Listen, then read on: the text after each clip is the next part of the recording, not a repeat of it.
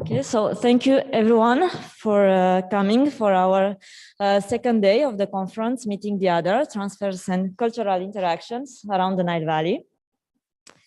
I would like to introduce, just in 2 words, Dr. Bettina Bader, who will chair our first session today. She's from Austrian Archaeological Institute. She is familiar with both southerner and northern neighbors because she directed the project Beyond Politics, Material Culture in Second Intermediate Period, Egypt and Nubia, and she's also a field archaeologist involved in the excavations in Tel El Daba, in Eastern Delta. So please, Dr. Bader. Thank you very much for this kind introduction. Good morning, everyone. Good evening, everyone, wherever you may be. And without any further ado, I would like to introduce Anna Latifa Murad, who is currently leading a project in Macquarie University. And please, Anna. Yes, good morning, Sabah al Khair. I'll just share my screen if I can. Oh, I need host access, if that's possible, please. Yes, now it works. Okay, thank you, thanks. Okay. Let's go. Okay. So thank you all for tuning in today. I'll just put that there. And thank you to the organizers of this workshop. Before I start, I would like to just quickly acknowledge that I'm talking to you from the land of the Eora Nation, and I pay my respects to the traditional custodians of this land, as well as its elders past, present, and future. For the next 20 minutes or so, hopefully, I'll be giving you a very quick overview, very brief and quick overview of Middle Kingdom cross-border relations between Egypt and the area to its northeast, predominantly parts of Western Asia and the northern parts of the Eastern Desert. And this overview will be according to what the evidence from 3 key sites in Egypt inform us about affiliated agents, their possible motivations, and posited means of cross-border social relations. But first, I will a quick note on how we identify these groups involved in such cross-border relations, especially those from Western Asia. As it is becoming more apparent, the terms that we currently use do not adequately reflect their origins nor their complexities. And indeed, the term Asiatic does have a troubled history of use as well as connotations. I, for one, admit that being educated in Egyptology, I have unintentionally perpetuated the use of this term. But with this, I would like to invite discussion and perhaps collaboration on how we should refer to those that we commonly identify and categorize as Asiatic. Now, while in reference to texts, I think it is best to refer to them according to the terms used by the ancient scribes themselves, such as Amu or Setiyu. It does get tricky when attempting to identify those artistically represented without any corresponding texts. So I do welcome your thoughts on this to start the conversation, if you like, either in the discussion today or perhaps if you'd like to send me an email. Another aspect to bear in mind is the difficulty in delineating geographic and sociocultural borders. Because of this, the focus today is on elements of sustaining constant relations according to a theoretical framework that borrows from transnationalism, which generally refers to the sustained social existence, relations, and formations of individuals and groups involved in facets of crossing geographic borders across spatial distances. When applied to the past, transnationalism, or rather transregionalism, provides useful perspectives on cross-border connectivity and its linked phenomena, incorporating the spaces, the spatial levels, the networks, as well as the ideas that we're transmitting between and among these involved individuals and groups. And it is this focus which is of interest with both state and non-state actors considered to be significant in defining these multiple multi-scalar borders of a space, and then how this space is related to what was beyond. Indeed, cross-border relations rely on the activities and infrastructure that enable and promote encounters. Those involved could have used different means of communication, as well as various shared social and physical spaces. regarding those individuals and groups, various heterogeneous groups could be involved, including those traveling from one region to the other, whether temporarily, such as merchants, or those traveling more permanently, such as migrants, although not all migrants should be considered as being involved in cross-border relations. Also significant are those who facilitated interactions with these trans-regional individuals on whom I will focus today, as well as the interrelated development of specialized groups and communities. And similarly connected with this are the fluid, the multiple, or the newly formed social group identities, as well as the fluid, multiple, and newly formed cultural reproductions that are usually studied alongside such processes of cultural change and transformations on which this conference discusses. Now, transregionalism has also been explored and in view of globalization, which was mentioned yesterday in one of the talks, or with the process of globalization is the process of intensifying cross-border relations, and transregionalism has also been explored in view of globalization, which highlights the roles of local agents in mitigating these intensifying relations.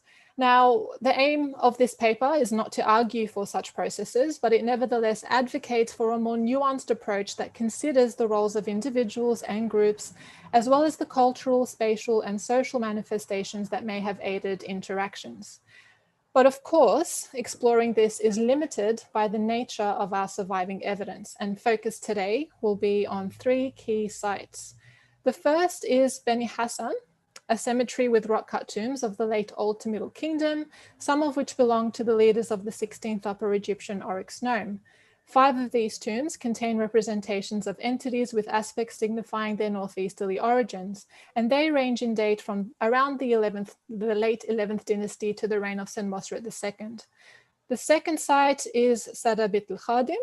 Among the many inscriptions preserved here, 10 specifically allude to individuals or groups connected to a Western Asiatic toponym, or with the iconography of the so-called donkey rider, as we will soon see.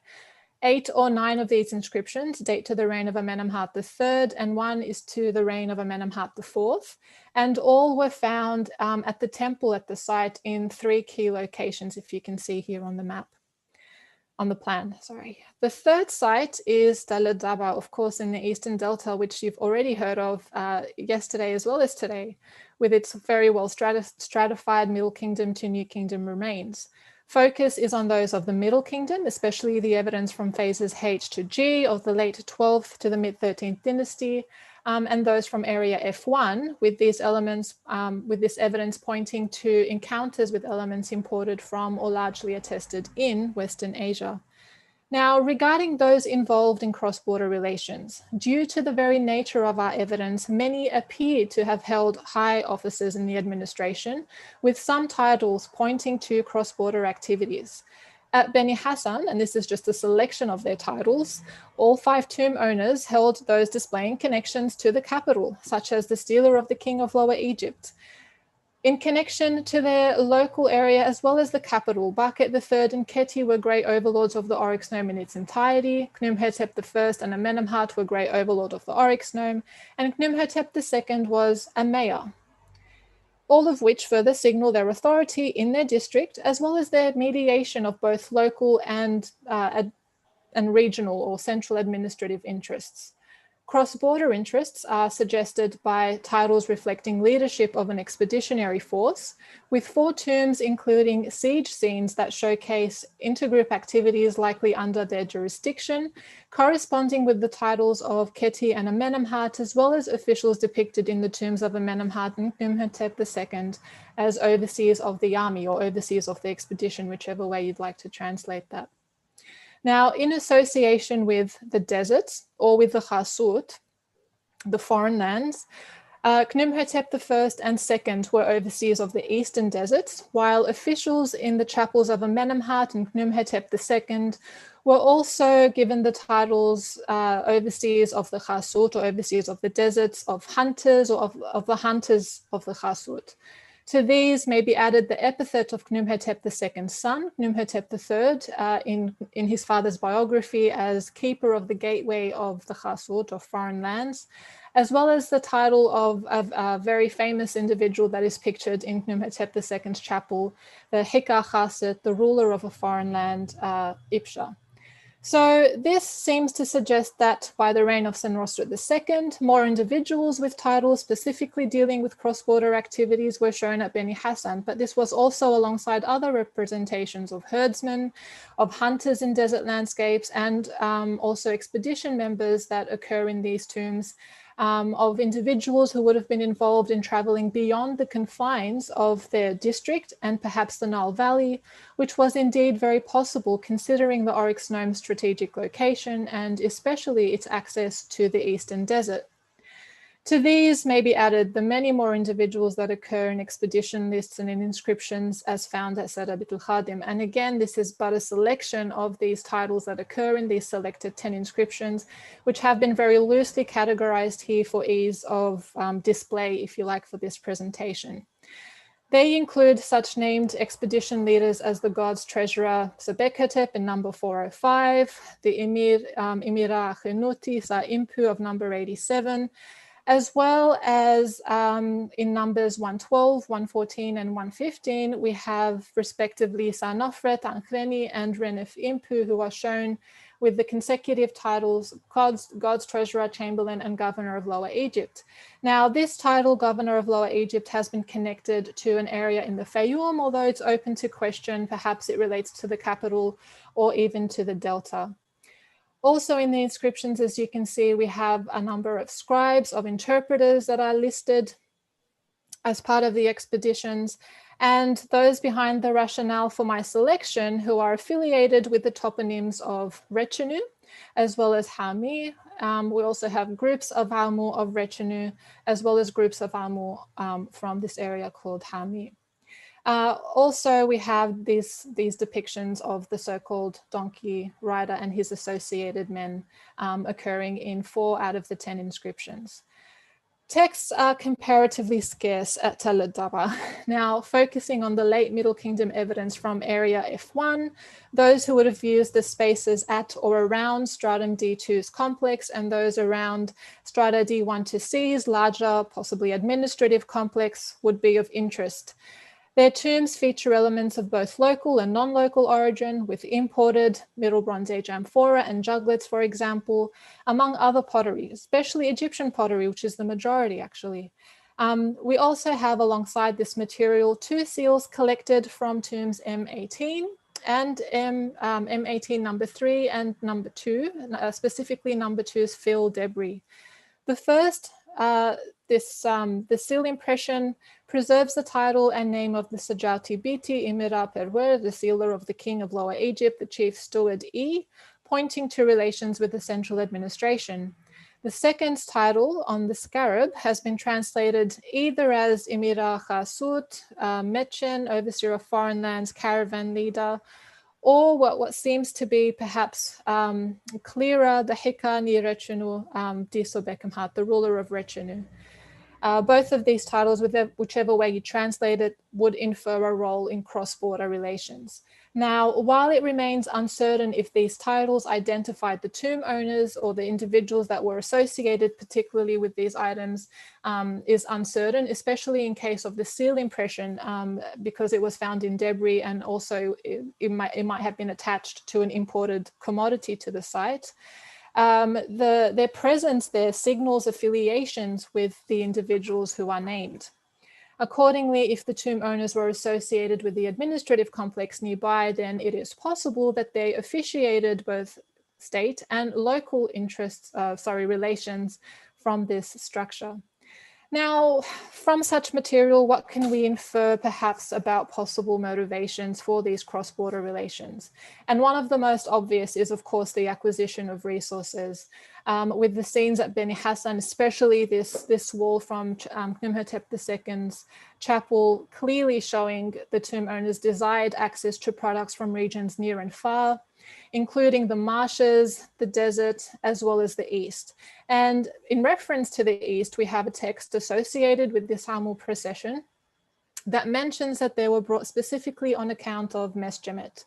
As mesgemet was made from a mineral that may be acquired from the Eastern Desert and the Sinai, these Amur could have been bringing, procuring, or processing this particular product. Their exact role remains unclear, but it is an association with this initiative.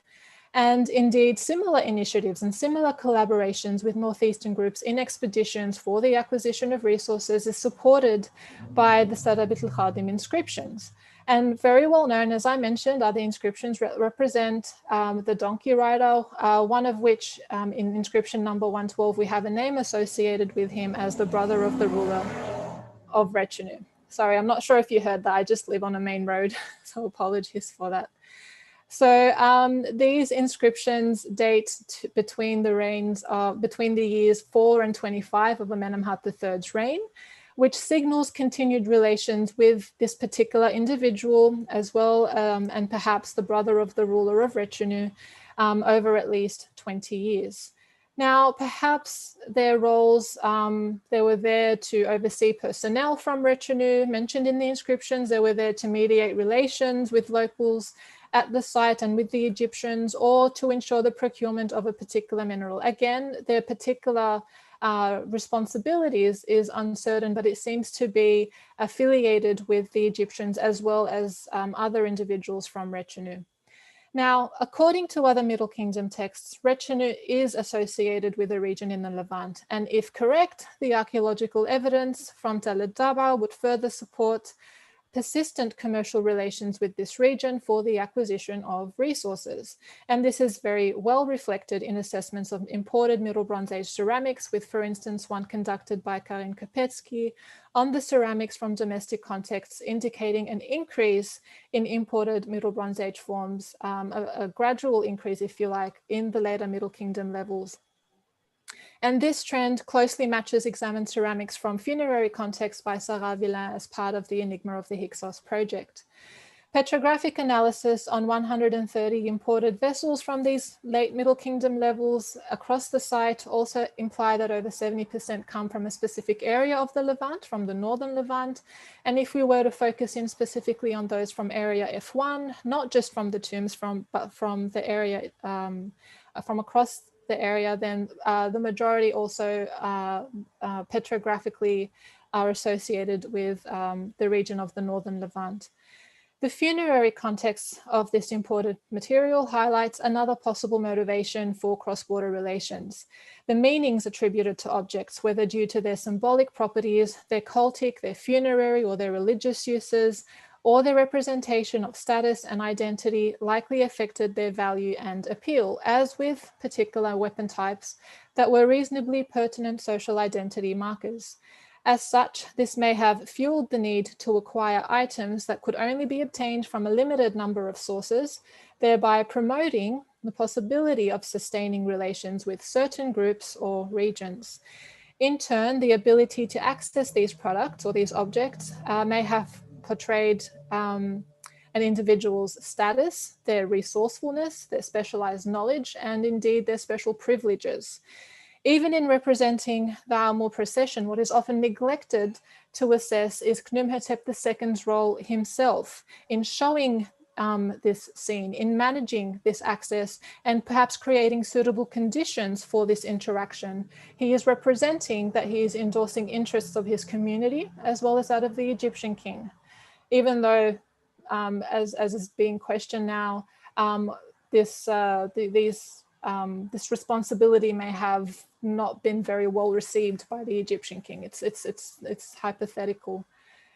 Nevertheless, and accordingly, by including such scenes in their tombs, the Oryx Gnome elite were still showing their achievements in accessing products as well as skills for the broader benefits of their community, local and non-local skills. And these add to another positive incentive for representing these intergroup encounters, which we can see from the earlier tombs. And this is to highlight effectiveness in conflict management and security.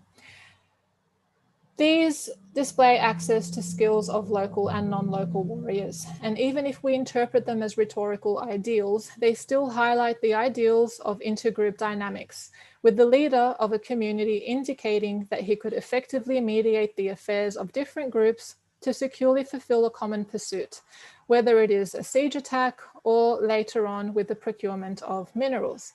Which leads us now to the changing means of pursuing or representing the pursuit of cross-border relations.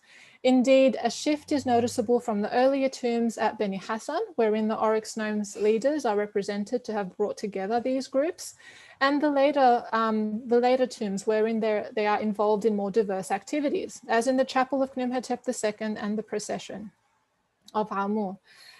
By this stage, we also have the inclusion of the text, which specifically names the king, but it also names the son of the Count Khnumhotep, who brought these individuals. This Khnumhotep is, as is known now, likely to be identified with Khnumhotep II's son, Khnumhotep III, who is the keeper of the gateway of foreign lands, as mentioned in his father's biography. And possibly this Khnumhotep is to be identified with the one buried at Dashur, to whom is ascribed a biography detailing his now personal involvement as a trans-regional individual going to the northern Levant.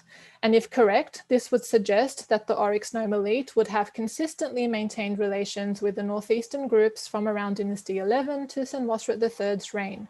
While these were not necessarily with the same groups, and feasibly they weren't the same groups, their representation signifies that, as with other duties, certain intergroup interactions remained under the auspices of specific families who adapted the nature of these relations alongside shifting regional developments to maintain their roles and perhaps their power and influence in this sphere. Their persistence offers another important means of exchange with the transmission of specialized knowledge on cross-border relations within these kin-based groups. Following Senwosret III's reign and into that of Amenemhat III, the Sarabit al-Khadim inscriptions attest to the organization of very well-equipped expeditions that may have eventuated in other means of relations. Their context, the temple, received Egyptian and Proto-alphabetic dedications to Hathor, the latter feasibly dating to the Middle Bronze Age. Their inscription on media carved in the Egyptian style stresses that they were produced by individuals knowledgeable in Egyptian cultural aspects and who perhaps were bilingual, which is otherwise supported by the inclusion of interpreters in those expedition lists. Accordingly, and if we accept the Middle Bronze Age date of these proto-alphabetic texts, this area may have been promoting cross-cultural learning. And there are other talks on this today as well. The placement of dedications of Hathor and Baalat additionally infer the shared use of a sacred space for the worship of a possibly transcultural goddess. Knowledge of different cultures may also be gleaned in a cylinder seal found at the administrative complex at Area F1, and its motifs have been interpreted in association with the Levantine or coastal Levantine storm god.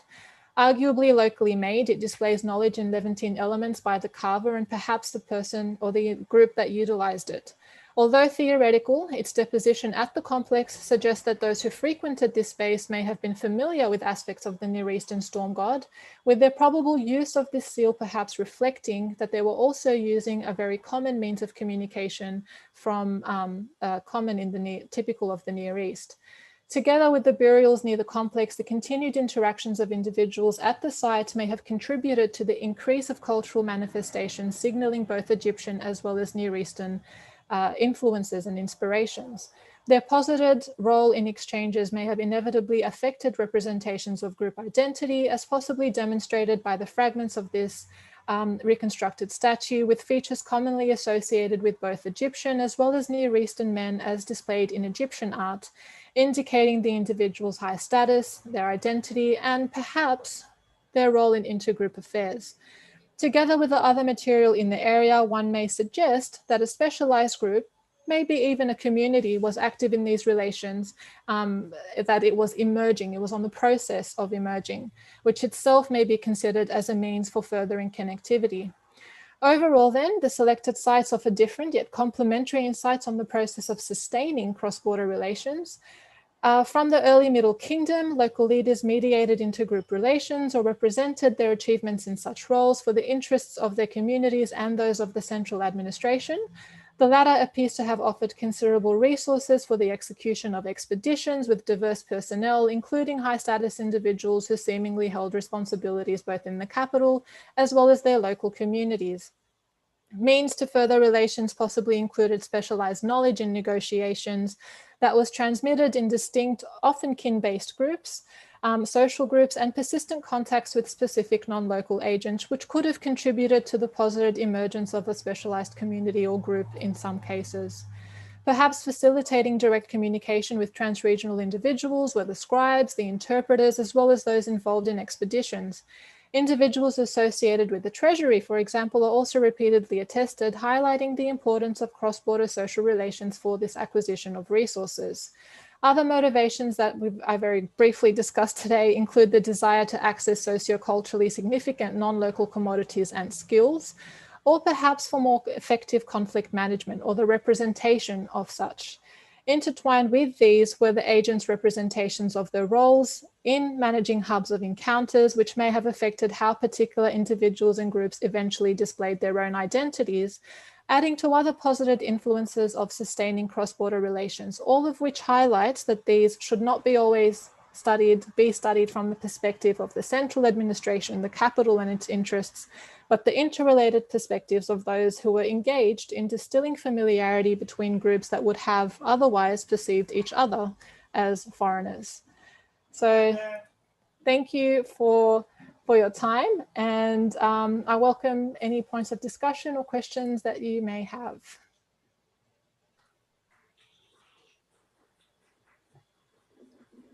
Thank you very much for this very clear presentation. I would propose that we continue with the lectures and have our 15 minutes or so at the end to discuss all of the 3 lectures as we did before. Thank you so much. Then I would like to ask Christina Allu from the University of Pisa and the University of Cologne to talk to us on expeditioners and nomads, the cultural milieu of ancient Egyptian frontier regions. Please, Christina. Thanks, Dr. Bader. I quick share the screen. So, yes.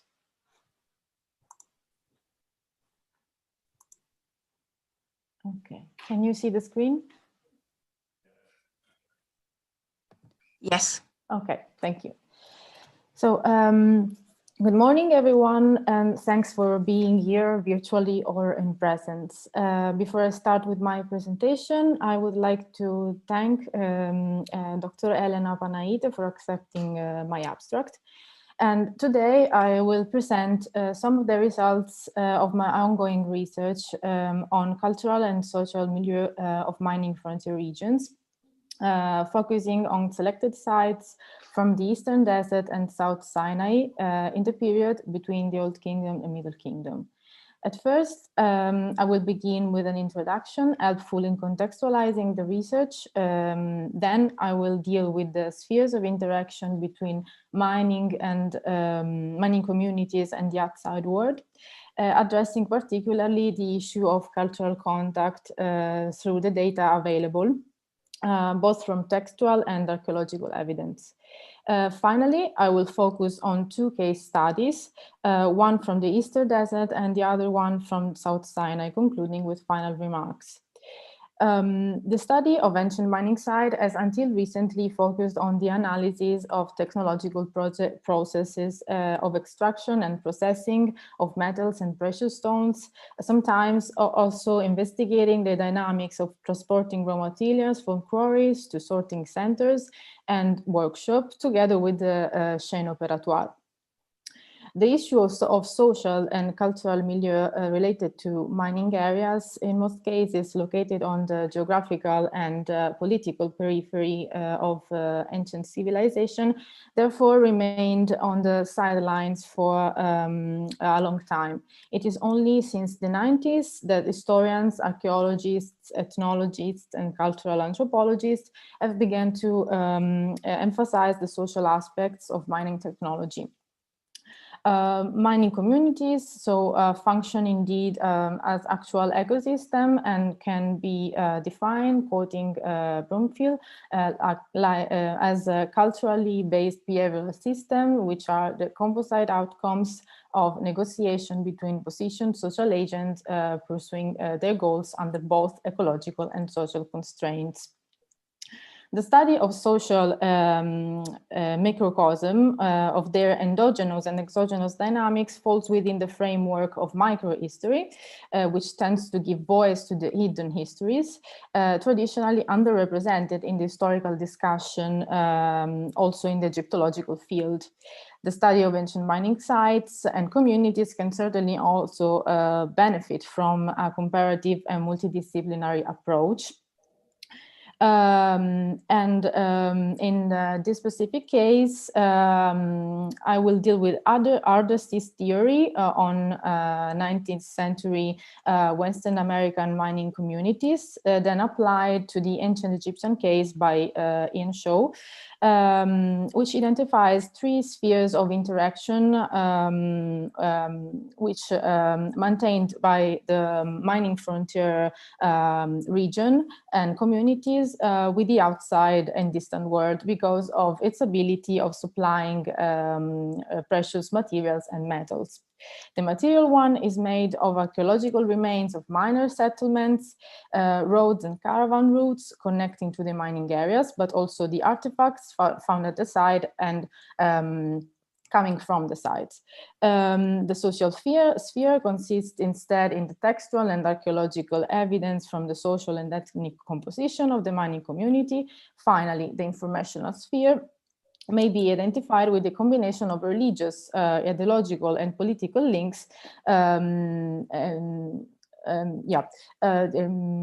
Ideology favors the development of organizational and economic strategies and justifies the political and social configuration of these strategies.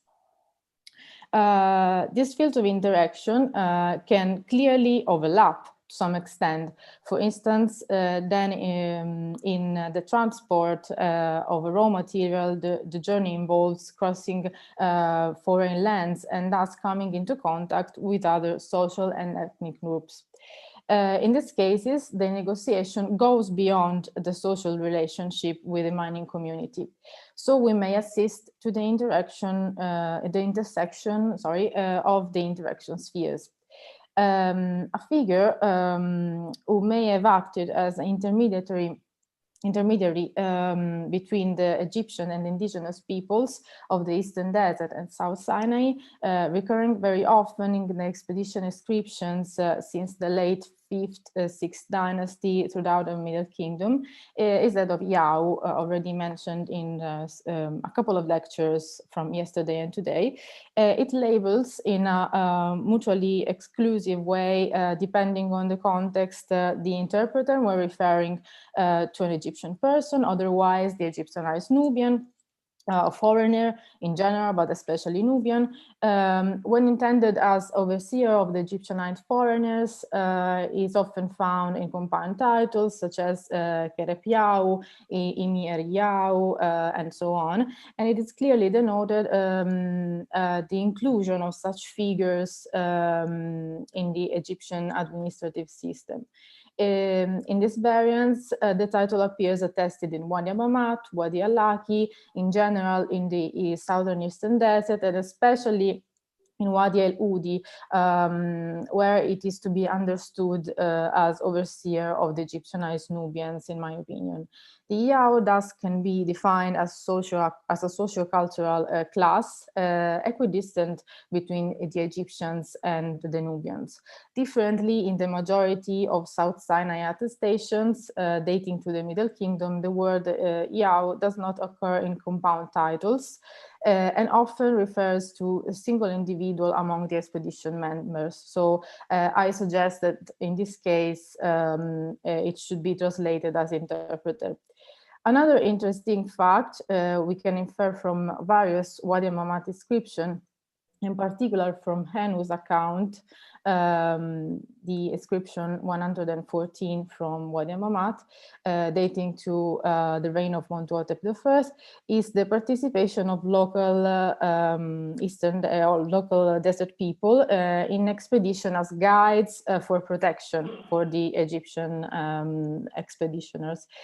So we read, in fact, in line 12, Nu, Me, Suha, Sotigiu, and Sa, hunters native of the desert, were employed as bodyguards.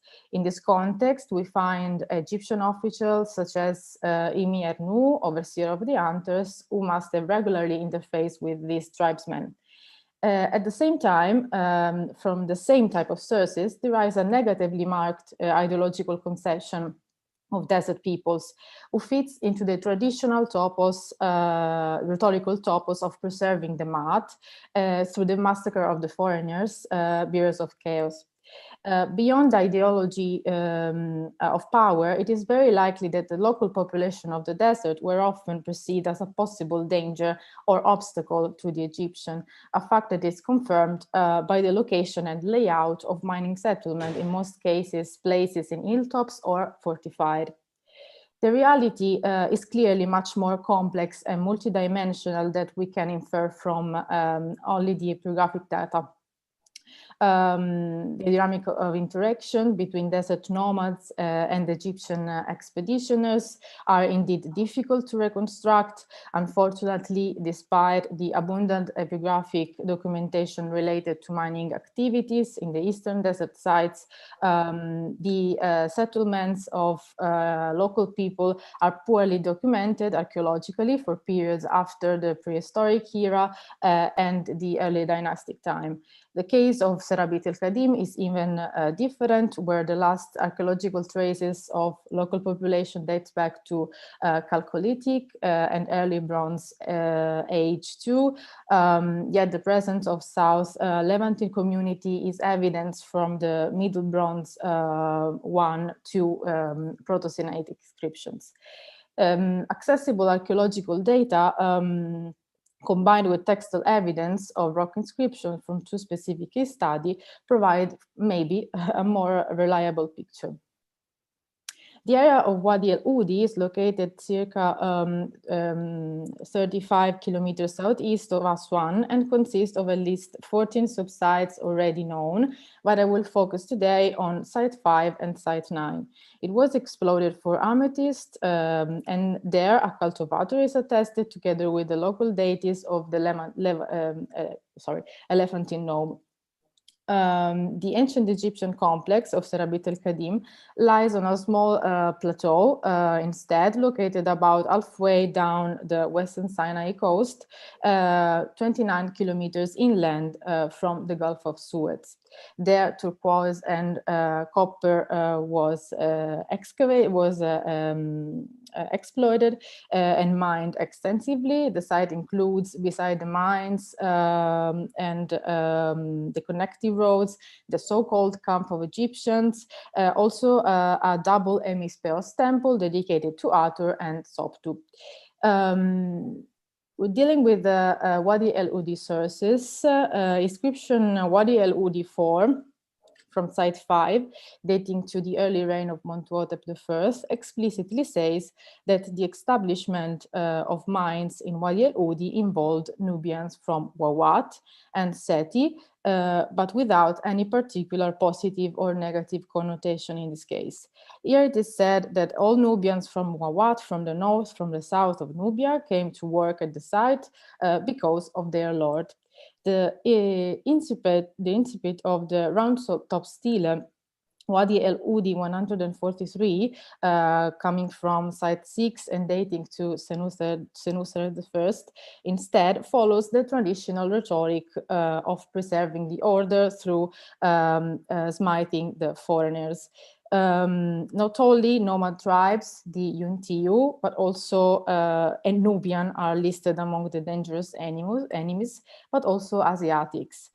Description ends then with a relevant information, which is that every inhabitant of Nubia obtained the back status, being promoted from foreign tribute giving to tax paying integrated in the internal economy of Egypt. But a reliable historical scenario can be reconstructed only through the combined analysis of the data. Site 5 is made of an oval-shaped 45 settlement with a southern contiguous mine located on the top of a hill. It consists of both administrative and domestic structures. This mining settlement was officially founded during the reign of Mentuhotep I and was in use until the reign of Sobekotep I. Site 9 is instead located 1 kilometer south and consists of a rectangular stone-built structure resembling a Middle Kingdom fortress, 2 mines to the northeast, and a preserved section of a road to the northwest. The same pottery has been found at both at Site 5 and Site 9, perhaps indicating a contemporary occupation of the site. It has been noticed by Kate Liska that the Egyptian fortified mining settlements of Wadi al-Hudi, El Isnain, and Dikhmit were characterized by the same dry stone building architecture used in Wadi al-Sebua, which is considered as the prototype site of C group Nubian settlement sites. The walls of the domestic structure in Wadi al-Sebua and similarly, the domestic buildings in Site 9 and Site 5 are made of crosses of stone laid at an angle. The hypothesis is that an Egyptian official maybe designed the layout of the settlement and then instructed the Nubian workers to make the walls. So they likely built the walls in their own way. Nubian pottery is also found explicitly C group 1B, 2A type, mostly cooking pots, cups and bowls, both at Site 5 mainly and Site 9. And this strengthened the hypothesis of Egyptian cohabitation and co-working with local communities. Anyway, no evidence of locally made pottery has been found differently from other contemporary sites linked to expeditions, such as Maisaga Oasis. It has been suggested that the pottery was then imported to the site, both the Egyptian and the Nubian one. Moving forward to the second case study, we will notice that a significant number of pharaonic inscriptions from Serabit el-Kadim dated to the Middle Kingdom mentions the Aamu, the Asiatics of Ami, those from Rechenu and their leaders.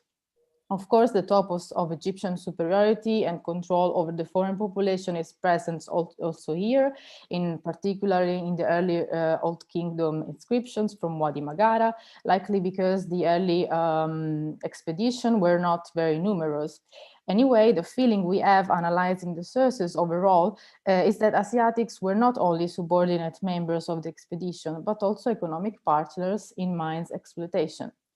The brother of the king of Rechenu, Kebeded, representative of the Canaanite elite, is mentioned and depicted in at least 4 documents from the temple. In particularly, the relief of the so-called donkey rider we have already seen in the previous lecture, it seems to embody the monumental representation of a concluded cooperation agreement between Egyptians and Canaanites. Moreover, the analysis of inscriptions from Wadi Magara and the temple of Serabit el-Kadim shows a real increase in the number of Yahoo interpreters among the expeditionary staff, coinciding with the intensification of Egyptian presence in Sinai during the reign of Amenemhat III, and evidently with the aim of facilitating close relations with the local and southern Levantine communities that exploited copper and turquoise in the same way. Anyway, the hypothesis of Egyptian Canaanite cooperation is supported also by a small corpus of Proto-Sinaitic inscriptions produced by speakers of an early form on Northwestern Semitic. The El and Mine mines were the main development center of alphabetic Proto-Sinaitic script, likely during the Middle Kingdom. These mining areas around the Serabit plateau seem to function relatively anonymously, and we know archaeologically both the workers' quarters and the tanks where the water was collected for life and work.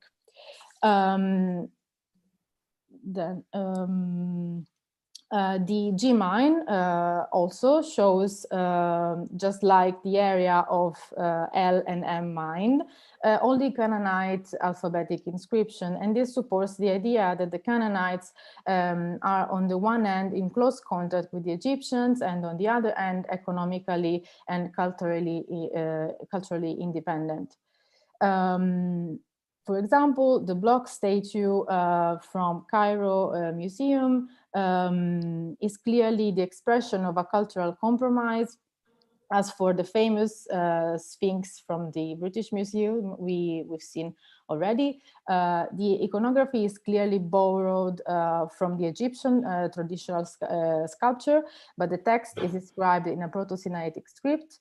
And according to Moran's interpretation of the text, it is a dedication to Balat. And on it, there's written the name of a Canaanite chief of miners. The title inscribed is Reb Nekebenem, chief of the chief or great of the miners, and it occurs also in many other Proto-Sinaitic inscriptions. Also, the Ostrogon, now in the former Arvar Semitic Museum, dating likely to Amenemhat I, and according to Hamilton and Moran's interpretation, appears to be an Egyptian Canaanite contract for a mecenu, intended as a guide, as a scout. The reading of this document is very challenging because of more than one overlapped layer of writing and drawings. Anyway, Egyptian script in hieratic or mixed hieratic hieroglyphic style and Proto-Sinaitic script has been identified. So it could be read as the Egyptian term mechenu, and the activity of mechenu can etymologically be connected with Machen Street, describing a person who knows the road, and it is very important for driving the expedition, especially in desert regions. To conclude, the combined data have shown two different scenarios of cultural interaction in mining sites. That of Wadi El Oudi, where the local Nubian community is likely paying tributes and working for the Egyptian, and that of a seemingly peer-to-peer collaboration between Canaanites and Egyptians in Serabit el-Kadim.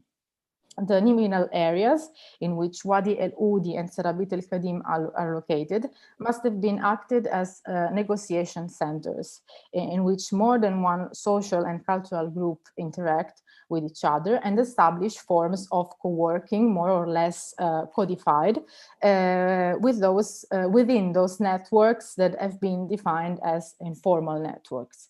It is obvious that this kind of research faces and will face the issue of scarceness and bias of sources, both textual and archaeological, but I hope to have somehow demonstrated the complexity of dynamics behind precious raw material procurement around the Nile Valley, especially in terms of cultural interaction with local and Egyptian communities.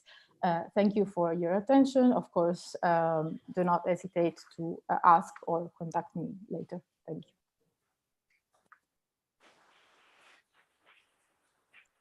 Thank you very much for this very rich lecture with all these interesting insights. As we are a little late in the schedule, I would like to ask Ahmed Mansour next with the cross-cultural interactions in ancient Egypt, the block statue of Namu, JDE 3826.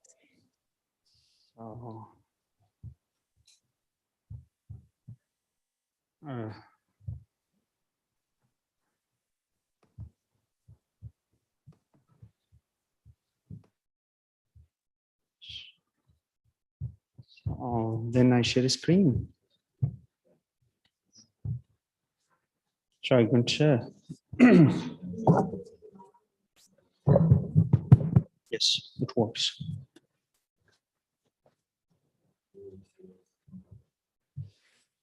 Okay.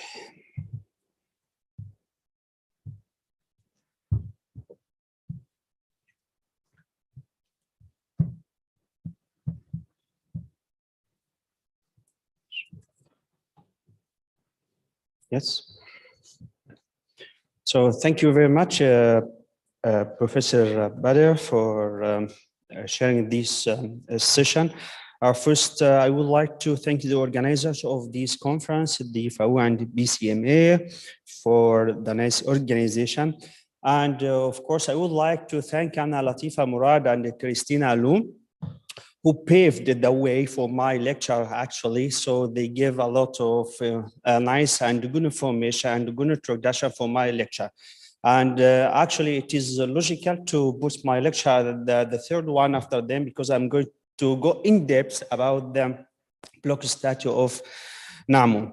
Actually, the cross-cultural interactions in ancient Egypt are well witnessed on different levels and in various places, since the ancient Egyptians recognized as early at the third millennium in what is today termed cultural entanglement or multiculturalism. This paper intends to present and discuss the block statue GDE 38268 that is kept in room 35 at Cairo Museum. It is a prototype of votive statues of ancient Egypt. It seemed that the statue was produced outside the Nile Valley in the local workshop of Hathor temple at Sarabit al-Khadim plateau, and then it was inscribed with proto-Sinaitic inscriptions, which is an alphabetic script. So the block statue considers a clear example of cross-cultural interactions between Egyptian miners and the people from West Asia region. It showed the strong impact of Egyptian culture on the local and the foreign population as well. Thus, the question arises, to what intercultural extent the miners or foreign people were represented in South Sinai. So therefore, this paper will discuss the history of the region, giving more attention on the presence, role, and the presentation of Asiatics in turquoise mining operation, while trying to identify the owner of the statue, Namu. Then the paper will develop more discussion on the purpose and the style of the statue, explaining religious beliefs at the mining area. So as presented in the two previous lectures by Anna Latifa and Christina, so the area of mining or turquoise mining was an area of intercultural between the people living there. So the Egyptian presence in Sinai in turquoise mining goes back to the earliest settlements that provide evidence for pre-dynastic mining activities in various areas in Egypt. So the mining provided raw materials essential for the development of ancient Egyptian society. The tombs of the first and second dynasties attested the Egyptian mining experience. So we have an example, bracelets from the tomb of the king Jer from the first dynasty. These bracelets were discovered by Petrie in 1901. It was fastened onto a detached arm, probably of a female mummy. Actually, in the Palermo stone, a registered text on Palermo stone, which dates back to the reign of King Cher, it was mentioned that this is the year or this is the time for smiting the Tassitio. And probably this campaign resulted in mining some turquoise that was used in the four bracelets mentioned above. Then the exploitation of turquoise at Wadi Maghara continued in the Old Kingdom during the reigns of Djoser, Senefru, Sahura, and Bibi II. And from the 12th dynasty, an intensive and extensive exploitation of the site was resumed, giving that Serabit al-Khadim was the favorite place for mining turquoise during the Middle Kingdom. And then with the New Kingdom, the mining activities were resumed again as the kings of the 18th dynasty were keen to send expedition to mine turquoise. These activities were concentrated in Serabit al-Khadim and its environs, a fact that could be seen in the incised inscriptions at Serabit al-Khadim that refer to at least one expedition during the reigns of Ahmose, Amenhotep I, Thutmose I, and also Ramses II, and some expedition from the reign of Thutmose III. About the Asiatic occurrence in Sinai mining expedition, I think Anna Latifa and Christina discussed this point very well. So the first contact between Asiatic and the local people there was of a hostile nature, and the scenes found in turquoise mining sites refer to warlike relief against Asiatics. And then when, with the 12th dynasty, this hostile attitude was stopped and it changed into collaborative atmosphere. And this concept is confirmed by the regularly mention of Asiatics names as well as their portrayal in the expedition scenes and the material cultures. So the Asiatics were mentioned and portrayed in Sinai in inscriptions. And I think Anna Latifa mentioned a lot of inscription examples and also Christina. So I'm going to skip this point. And then on the scene, so the famous scene of the brother of the ruler of Retenu, Khebdid, who was portrayed in several scenes, and this one of the most famous scenes that he is followed by his son Kekbi, and also his donkey is pulled by another person in front of him. And having been there many times, so I know a lot of observation about these scenes, but this is not the place and time to deliver them. Then I'm going on to the subject, which is our hero. The statue is 346, the brick statue of Namu. So now it is plausible to understand that turquoise mining site at South Sinai has become synonymous with a meeting point for East Mediterranean culture, and it is considered a fertile urban ground for reshaping various traditions according to the local needs. So the turquoise mine site considered a melting place of cross-cultural interaction between Egyptian miners and people from West Asia. And among the most remarkable and monumental material culture that was found is the block statue that we have. So it is a squatting stone statue of a man with proto-Sinaitic inscription. Generally, the block statue represents a distinctive Egyptian form of human representation. Didn't appear in the sculpture repertoire of the Old Kingdom, as it is an invention of the Middle Kingdom, more specifically of the 12th dynasty. However, a much larger number of block statues were produced in the New Kingdom and Third Intermediate period during the late period. So the block statue figured only private people, never the king, and it was exclusively restricted to the male figure. The current block statue was found by Petrie in 1805 at the doorway hall of Sobit inside the Hathor temple at Serabit al-Khadim plateau. And it is 32 centimeters high and approximately 20 centimeters width, and it is made of sandstone. It is slightly weathered on all sides, and the base is broken at the front. So as for its physiognomy, it consists of a small head with an extremely long neck, an overly long beard.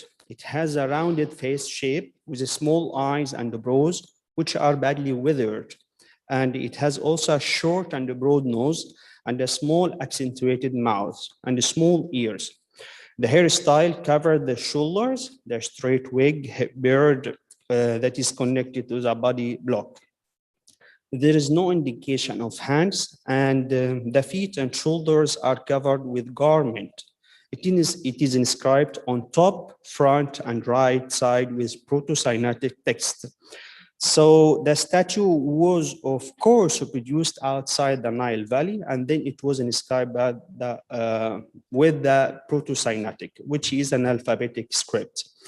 So the frontal inscription consists of two columns, the one and then one line linking the two columns. So the text read, for the Castian of the Pasteur, which is an epithet of Baalat, as a gift into the temple for Baalat. And then on the right side, there is another inscription which defined the owner on behalf of Namu, chief of miners.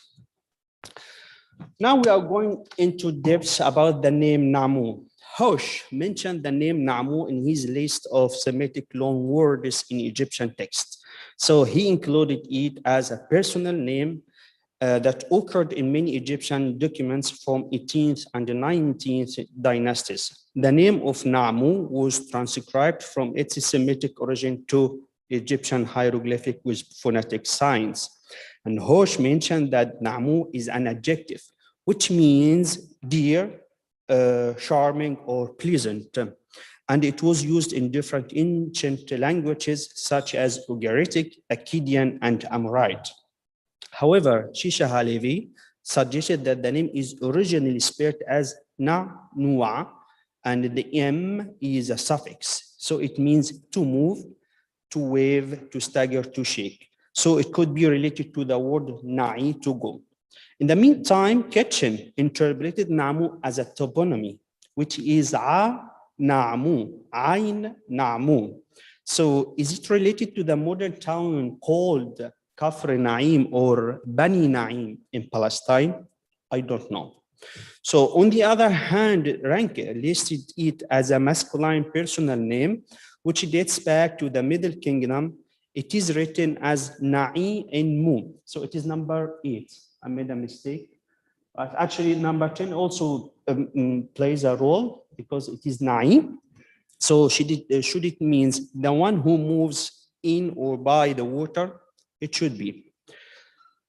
Now we are going to move to the title of Namu. So the title of Namu refers to Rib Niqib Nim, which refers to the mining workers in the area. Furthermore, it showed the usage of early Proto-Sinaitic writing by the local community in Sinai. The word Niqib was frequently used in Proto-Sinaitic as it appeared in other inscriptions, like the one we have here, 52514.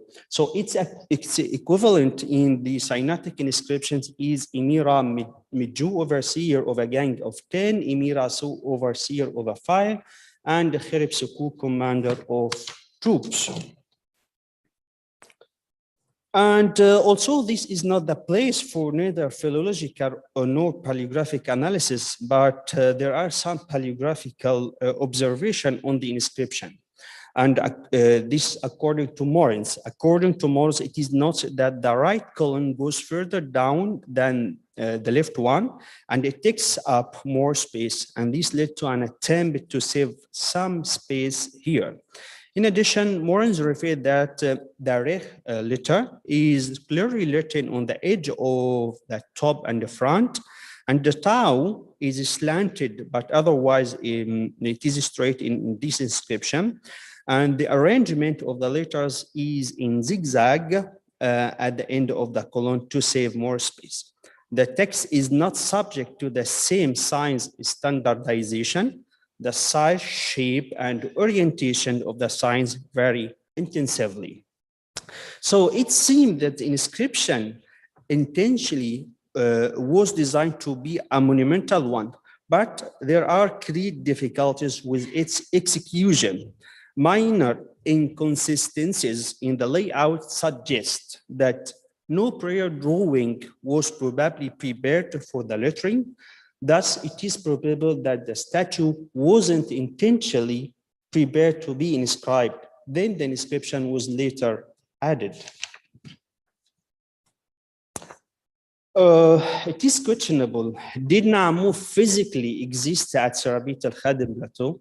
Possibly yes, possibly no. Probably he didn't. In a similar situation, the Princess Neat Ekret asked to deposit a small sandstone statue, which is at the left, in Hathor temple at Sarabit al-Khadim.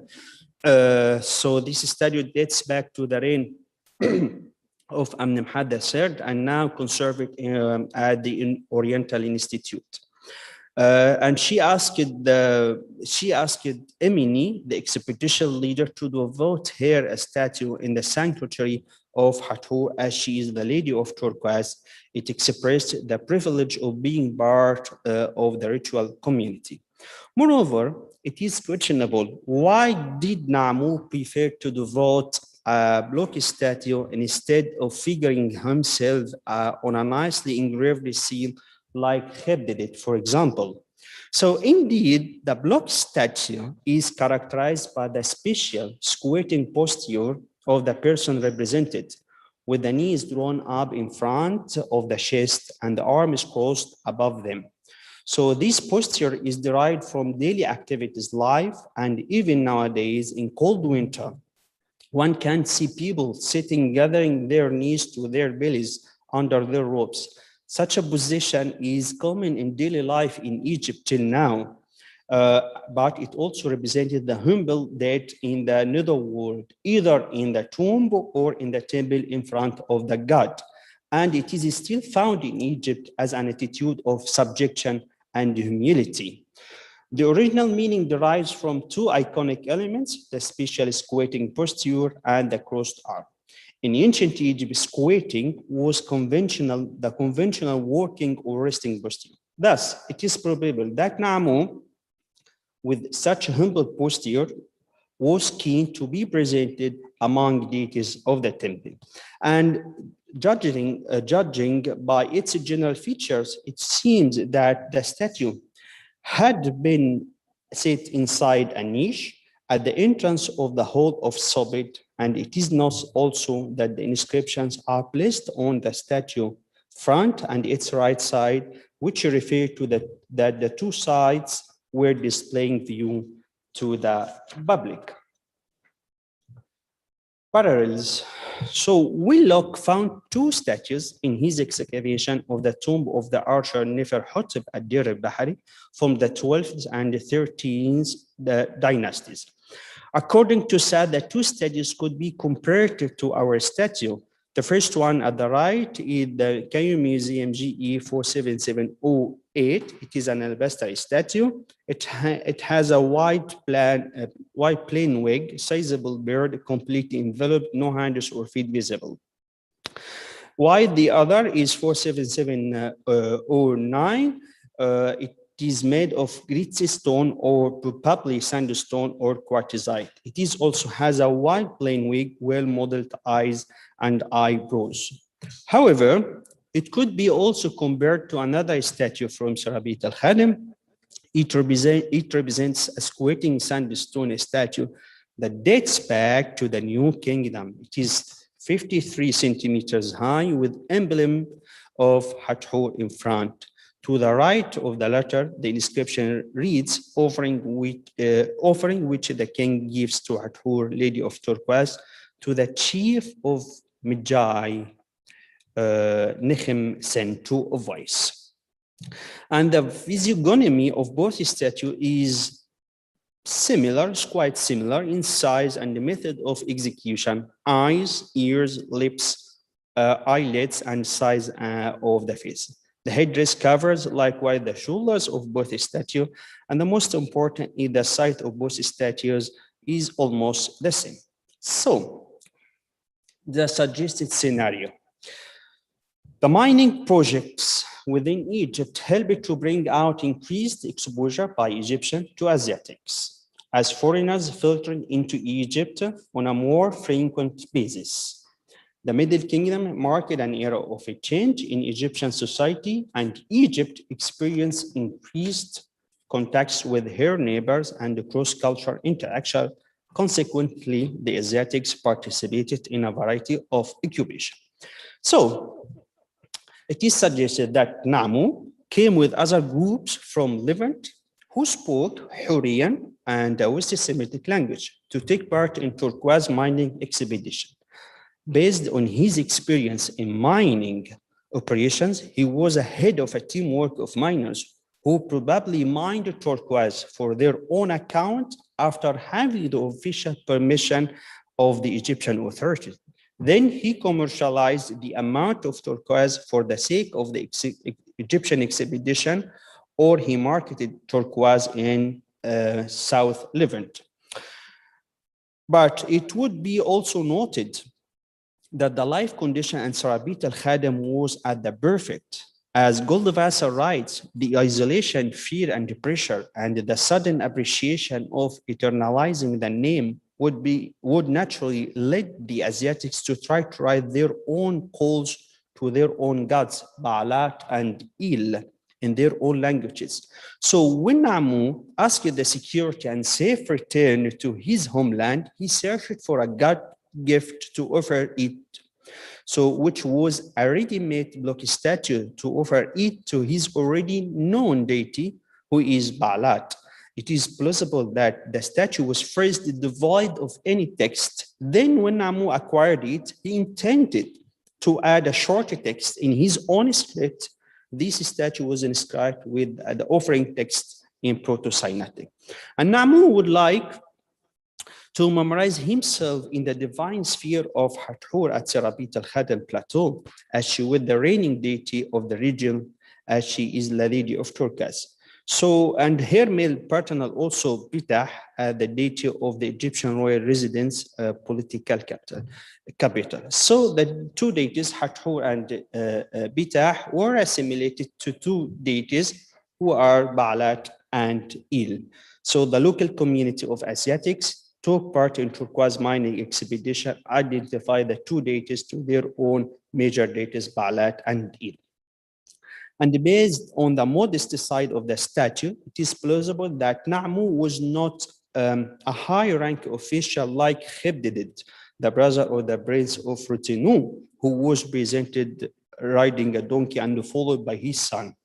And despite the initial Egyptian nationalism, the Asiatic were able to integrate into the Egyptian society and soon were in a position to disseminate some of their culture into the Egyptian sphere. So before leaving, would it be possible to look at things from a different angle based on the occurrence of a name of Namu from the Middle Kingdom? Was it possible that a certain Egyptian miner with a possible Egyptian origins name offered a votive statue to an Asiatic deity using an Egyptian votive formula written in a different language and script on an original sculpted statue? Possibly yes, possibly no. The presence of so many foreigners in the expedition workforce necessitated the use of translators. So this Egyptian man asked the translator to translate the formula in Proto-Sinaitic. Then it was inscribed on this block statue. And it is possible with this culturally diverse context that the statue is 3 or 4 fixed at Sarabit al-Khadim was most likely introduced. Thank you very much.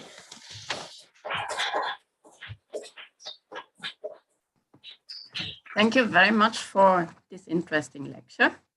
And I would say it is a very good example for the application of a more open cultural theoretical systems, because it could be an object that is the product, it could be better be imagined as the product of two open cultural systems rather than two closed ones. We have now a little time for some discussion, and I think in the chat there was a remark by since both Asiatics and Levantines have misleading modern connotations, perhaps Easterners would be a better term for these groups. Would you like to comment on that? Yes. Anna, Yeah, Christina, yeah, no, that is a good option. The one thing, Ahmed. yeah, if I can, sorry, the one maybe issue that we might encounter with that is that east, north, south, west is from the perspective of Egypt. So when it comes to larger scale interactions or considering relations between Egypt and that part of Western Asia, then the east for Western Asia is not Egypt. So It's depending on your viewpoint, actually. yes. Yeah, Yeah. I also And agree. that also gives the whole thing different connotations depending on where you are.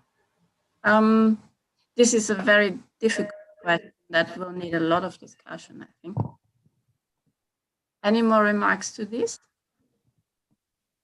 I will ask if there are any questions here in the conference room. Are there any questions or remarks? Yes.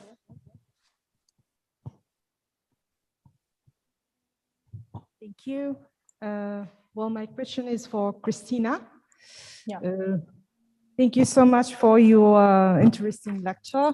I Thank just you. would like to ask you, according to the corpus you have in the Proto-Sinaitic inscriptions, have you dealt with these inscriptions in Sinai and outside of Sinai? And did we have any of these inscriptions or example outside of Egypt? Thank you. Thank you for the question. For my research, I'm actually dealing with some of the Proto-Sinaitic inscriptions in Sinai, so found at Serabit al-Qadim and the surrounding mines. There are Proto-Sinaitic inscriptions also outside Egypt. Some has been found by Darnell, if I'm not wrong. Yeah, John Darnell. Yeah, and Wadi El Hol in the Western Desert. But I'm not going deep on it because my research is very focused on Eastern Desert and Sinai. So I'm not dealing with materials and text from the Western Desert, at least for now. Thanks. Okay, thank you.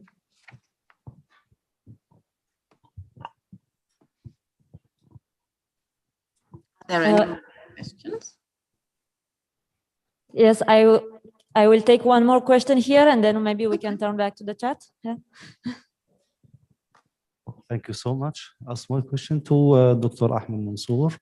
If we have more information about the title overseer of the file of tens. Yes, actually, it is more detailed in my thesis, my master thesis about the organization of mining expeditions, turquoise mining expeditions. Actually, the workforce was divided into different files, different teams work, and each team has a specific work or a mission to accomplish. So each team has his supervisor. The teams were charged, for example, to cut the stones or to open the galleries of turquoise or to, for example, to manufacture the tools, the copper tools, for example. So they are mentioned in the titles and the workforce or the expeditions. More detailed there.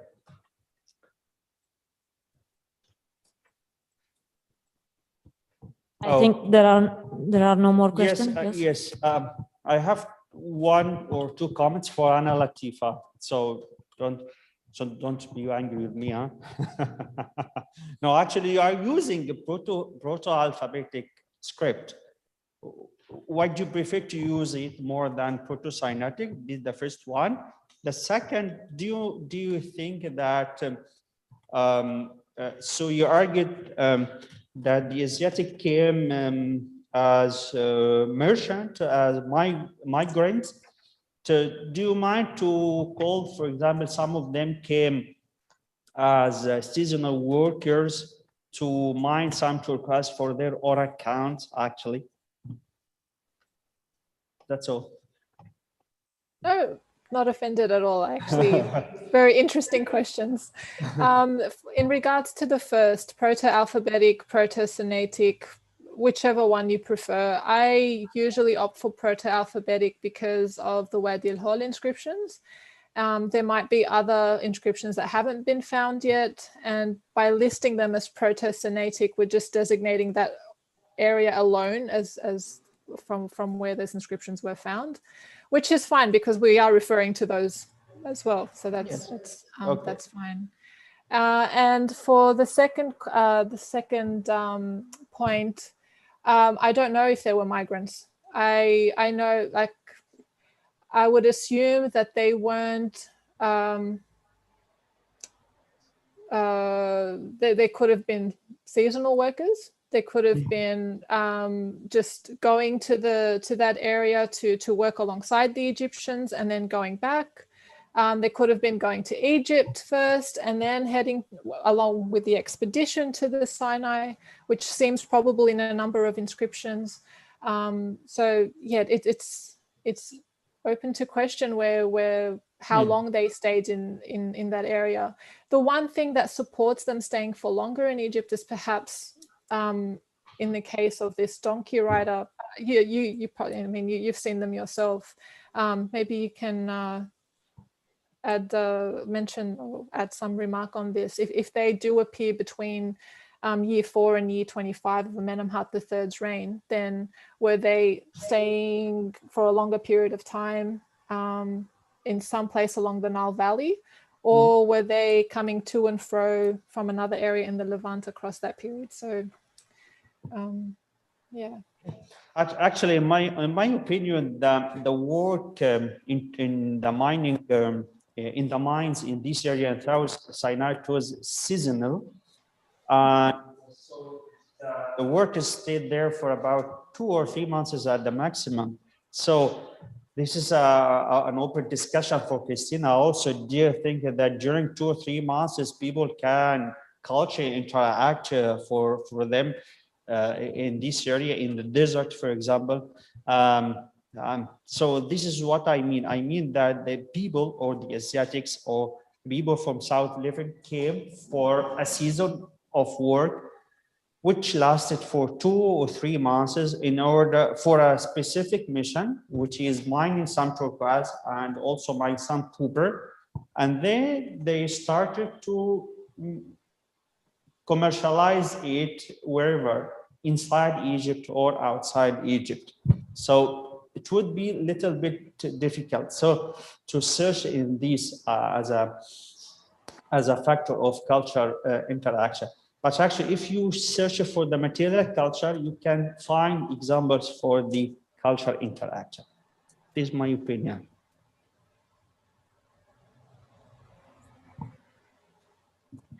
So no more questions in the conference room. I think we can go back to the chat. Okay. In the chat, there is a question by Uros Matic, harking back to the questions whether we should call the Levantines other than Asiatics. How do you then differentiate between different Easterners who probably did not see themselves as the same? And that's exactly the problem. Thank you for pointing this out. And then there is another question by Karen Kopetsky. Can you see any evidences in the archaeology for deported people in the mines during the Middle Kingdom and the Second Intermediate Period? Is it for me or? Whoever feels they have something to contribute to this question, please. Okay, so I can maybe try to answer. Deported people, yeah, it depends on from which you define a deported individual or group in the archaeological record, of course. We can say that there's evidence of course, something which is not archaeologically Egyptian, but also with more a lot of for example, in Gebelzeit has been found for the second intermediate period a cylinder seal, a Levantine cylinder seal in a tomb, which is very close to the mines. So one can argue about the ethnic identity of the owner of this tomb. But yeah, of course, this is a big issue. If we can define the ethnic identity of a person through material culture, or if it's somehow, objects, I think, are not not always ethnic labeled. So they don't have an ED passport. So it's very difficult to say. And also, of course, inscriptions also in Wadi al Hudi mentions Asiatics, as we have seen in the so-called topos of smiting the enemies. But also there's if I'm not wrong, there's also a couple of attestation of Asiatic officials in Wadi al Hudi. So of course we cannot remove the presence or the alleged presence of Asiatics also from the Eastern Desert sites and mines. So it's complicated, but I would not say that we have evidence of deported people in precisely. Yeah, my question would be what distinguishes deported people in the archaeological record from people who are there out of their free will? It would presumably mean that we find some sort of prisons or something. This is still all very unclear, and the sources are not very, very rich on that point. Are there any more questions or remarks or discussions? If there are no more questions, I would just like to highlight something. So first of all, thank you all for your very interesting presentations. Thank you, Anna, Christina, and Ahmed. I think you all spoke about it. It's important to highlight the role the interpreters played in these interconnections. Because as you said, they are those who facilitate negotiation, and also the hunters that you mentioned. Actually, I was wondering if the translation of hunter is accurate, because this title is often linked with administration, with the police, with, as you said, with bodyguard. They are keeping safe the desert. So I was just, because we are also in French also we are saying chasseur or hunter. So I was just wondering, maybe we can deeper the research about this. And also I found very interesting also, Christina, how you showed the topos, that the topos is still here, is still there actually in the wadis. This relation between the topos, between all these images and actually the actual facts and the actual relations between the inhabitants of the Nile Valley and the eastern populations are described. And also thank you, Ahmed, for the presentation of this statue, because I think it's a very good example of interconnections between Egyptians and the eastern populations. So thank you all. Thank you. Thank you so much. Thank you, Professor. Thank you. Thank you. Thanks. So if there are no more comments or questions, we can maybe have a coffee break, and we will come back in half an hour. Okay, thank you.